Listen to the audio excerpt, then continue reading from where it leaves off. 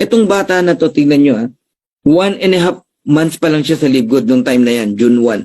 $376 weekly ang kinikita. Ngayon, alam nyo magkano kita ng pamilya niya. Ito, mabilis lang na sharing. No, nag-message sa akin, sabi, maraming salamat po, grabe po, nakakalula coach, monthly income never bumaba. Okay? Sabi ko, simula pa lang yan. Yes coach, thanks God. Thank you din sa'yo, sabi niya. Sabi niya, combined income po namin tatlo, si mama at isa kong kapatid. Tingnan nyo magkano. 4,116.10 US dollars monthly, iba pa yung weekly. Magkano yan? Grabe, sabi ko, praise God, ang laki. Tumutululuha ko nung time na yan. Yes, coach, nakakaiyak sa tuwa. Tapos nagpakita yung 1010, no?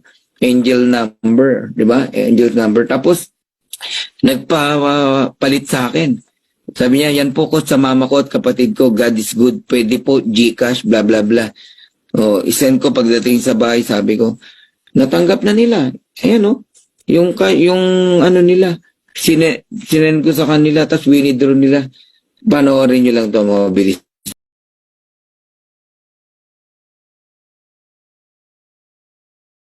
Guys, so grabe, nandito kami ngayon sa bahay namin and kuna lang natin ng mensahe yung mga kapatid ko at yung mama ko kung ano yung masasabi nila sa Live Good na ngayon. Tanggap na yung kanilang commission. Alright, pakita nyo naman guys. Ayan, okay, so ayun, ano masasabi mo? Thank God. Okay, and magkano income? Alright, Alex. Ayan, Salamat po. David. Mama, sige Fernan, salamat sa pagpapala ng Panginoon nakasama kami. So ako din po, syempre, as a high school student, having this much income is very helpful to me. And syempre sa aking pamilya naman dahil marami kaming mga tustusin sa bahay at maraming mga gastusin dito. Kaya malaki talagang tulong nito as high school student pa lang. And kumikita na ako. Ayun, alright. Tuma, message din. So, salamat sa Panginoon na nagpapala kami dito sa Live Good. Salamat na binuksan niya yung bintana ng langit. Yes, Salamat grabe, thank you, sa Lord. aking pagdarasal na sa krisis ngayong panahon ay hindi kami pinababayaan ng Panginoon. Lalo na kang Coach Fernan na siya ang ginagamit ng Panginoon na kami ay makatanggap ng pagpapala ng Panginoon galing sa linggo. Alright, ayan, grabe. So, yan, thank you, di ba, kay Coach Fernan. Ayan, dinala yung Live Good sa Philippines. So, thank you so much po, no, sa ating CEO, company owners, kay Ben Glinsky, Rinoder Kazan, Ryan Alisa Goodkin. So, thank you so much and to all the leaders and sa team namin, no, sa Zeal Empire. Ayan, so, grabe. Thank you, Lord. Alright, so, pakita nyo naman, guys. Pakita nyo. Grabe, no. Thank you. And above all, thank you, Lord, di ba, sa blessing dahil dinala tayo dito. Okay, yan lang. God bless. Congratulations, Upline Nile. Upline, kaway-kaway ka naman. Upline, kaway-kaway. Ano masasabi mo sa Live Good? Grabe. Totoong resulta, walang hype. Fully paid. Wow, love it. Siyempre, proud tayo kay Upline. Oh, diba? Pinipil, naka-aircon. Diba? Ayan na.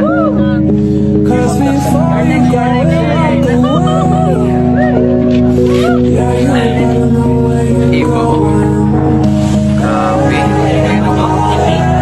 Fully paid daw. Grabe, oh. Deserve. Walang hyping pero grabe guys. Dahil sa Live Good, isang 22 years old, isa sa mga nag-invite sa akin dito. Grabe. Tayo na result sa inyo. Todohan nyo, gawa na yung sistema. Just have to get in, plug in, stay in. Work hard. Hindi tayo nag-hintay sa inyo. Ayun. Oh, glory to God. Thank you, Lord. Thank you, Lord. Congratulations, Upline. Ayan, grabe. Ang ganda ng result. Ayan. Yung mga nandito, ano masasabi mo? Ikaw na susunod. Dapat sumunod ka na. Yan. Kaya sa mga nagdududa, magduda ka lang kasi nakaka-ano po yung duda. Pag ginawa mo si Livegood, sure. Grabe. Ang ganda. Ang ganda. Ang pangit nito sa mga inggit. Love to. Congrats. Grabe.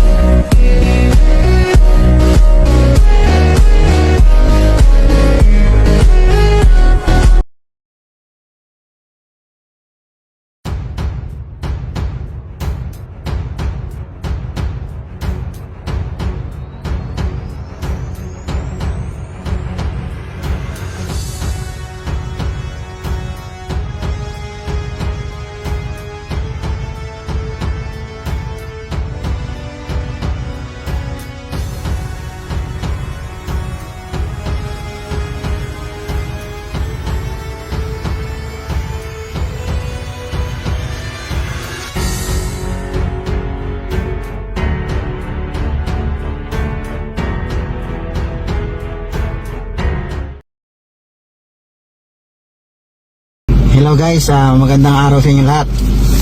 Today is July 19, 2023. So, ayun nga, kahapon nilabas natin ito sa sasakyan. So, thank you Lord, thank you Livegood. Sa lahat ng mga hindi pa po nag-join, so, trabahuin nyo si Livegood. Huwag kayong umasa sa spillover, maliit lang po yun. So, ang gawin nyo, trabahuin nyo. Invite kayo ng dalawa, bawi na yung pera nyo, member na kayo, tapos pwede pa mag-duplicate at kikita po kayo. May matching bonus pa kayo. So dadami po yung tao nyo at mas malaki kikitain nyo kasi naghihintay po kayo ng spillover. So yung dalawa mo kumuha ng taga-Tagalawa, kung isang linggo ginawa nila isang linggo rin. Pang third week mo meron ka ng third level, pang fourth week mo meron ka ng fourth level, pang fifth week fifth level. So hanggang 12 weeks lang yan kayang punuin yung 12 level mo. So pag nakadalawa ka hanggang 13th level ka na. So meron ka ng $4,000 per month pag napuno yung 13th level mo. So kung sabihin na natin hindi weekly, nagawa mo magdalawa in 1 month. So ginaya ka. So 13 months lang yun.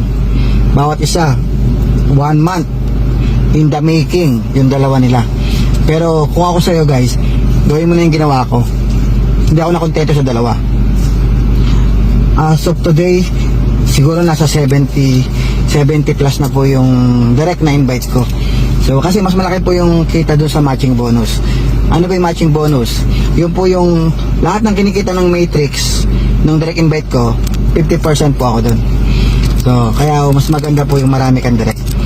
Okay, so hatawin nyo na po hanggat maaga. So guys, ito na po yung biyaya sa atin ng Diyos na Nissan Proporex. 2 taon na po ako nang gigigil dito. gigil na ako dito, 2 taon na. Sa wakas nakakuha ko na rin siya. Okay? So, may isa pa po tayong achievement. May achievement pa po tayo isa. So, yun po yung investment na realty. So, lahat po yung katas ng Livegood. So, ang maganda doon sa realty na nakuha natin, pre-selling po siya. Tapos, ang maganda niyan, ang ganda ng location. Okay, so napakaganda. Pwede mong pa Airbnb, pa-rent mo, or i-resell mo na lang. Pagka mataas yung value, nagdoble na value, i-resell mo, kita ka na. So guys, yung pera mo na pagkatrabahuan dito sa Livegood, mapupunta rin sa isa pang pagkakakitaan. Itong sasakyan na to, passive din to. Kasi may paggagamitan ako nito na isa pang kikita. Kasi meron kaming business na dalawang klase yung business namin na traditional na sinimulan na mapapakinabangan ko tong pickup na to. So hindi lang to basta luho lang. So basta guys, ang payo ko lang, lahat ng kikitain nyo, ilagay nyo po kung saan pwede pang kumita. Kaya wag po kayo makontento sa isa lang source of income. So gawin yung stepping stone si Live Good para matupad nyo yung pangarap nyong negosyo. Yung iba gusto magkaroon ng restaurant, hindi makapag-start, wala silang huge capital. Yung iba naman magpapatayo ng gym, parlor, iba't ibang klaseng ng negosyo ang meron kang gustong gawin. Kung saan yung passion mo pero wala kang kapital, trabahoin mo si Live Good, matutupad mo yung pangarap mo, yung passion mo magagawa mo. So ngayon, ang passion ko maglaro magturo sa mga bata, volleyball, basketball, table tennis. So siguro magagawa ko na yung passion ko kasi magtuturo ako ngayon, hindi na para kumita. Kasi before nagtuturo ako para kumita ng pera. So hindi ko ganoon kaganda ang kitaan sa pagtuturo eh. So hindi makuha yung pangarap. Masaya lang ako. So pwede ko na siyang gawin. Pwede kong balikan yung pagtuturo ng kahit walang bayad. Kasi masaya ako doon. Basta guys, kung meron kang negosyo na gusto mong simulan, na alam mo magiging masaya ka, pero wala kang kapital, mag-Live Good ka. Tapos pag kumita ka ng milyon, pag kumita ka ng bonggang-bongga, simulan mo na yung negosyo na kung saan magpapasaya sa'yo. Ang bottom line ng lahat dito, hindi pera. Hindi material. Ang bottom line ng lahat dito, kung bakit ka nagtatrabaho, kung bakit ka nagsisikap, ang bottom line, gusto mo maging masaya. So hindi dahil sa pera magiging masaya ka. May mga taong masaya kahit walang pera. May mga taong masaya kahit na simple lang yung buhay. May mga taong masaya kahit na walang negosyo. May mga taong masaya kahit tambay. So ang bottom line dito, kung saan ka masaya, dun nakabase ang buhay natin. Kung ano magpapasaya sa'yo, hindi material. So kung magpapasaya sa'yo yung material, diba? Nasa iyo yun, trabahuin mo. Kung tingin mo hindi magpapasaya sa'yo yung ganito sasakyan, kontento ka na nagko-commute, masaya ka nagko-commute, wala tayong question dun. Kasi ikaw yan eh, masaya ka dyan eh. Kanya-kanya tayo ng happiness eh. Kaya hindi mo pwedeng pagmalaki na meron kang kotse, sila wala. Baka hindi mo alam, baka mas masaya pa sa'yo yung mga taong walang-wala. Kasi ang bottom line, yung tao mismo, sarili niya, kung saan siya magiging masaya. Yun ang pinag-uusapan dito, hindi material. So ako kasi masaya ako magkaroon nito dahil na nayahatid ko yung anak ko. Nakakalusong kami sa baha ngayon. Baha ay sa lugar namin eh, kaya po ako kumuha ng malaki. Tapos natutulungan ko yung mga kapatid ko pagka nangangailangan sila ng pera. Meron ako ibibigay. Yung tatay ko, pagka kailangan nila ng kahit papano, makatulong ako konti, meron ako ibibigay. So yun yung happiness ko, yung makatulong. Pero kung wala akong pera, hindi ko sila matulungan. So yung happiness ko ang nagpapasaya sa akin.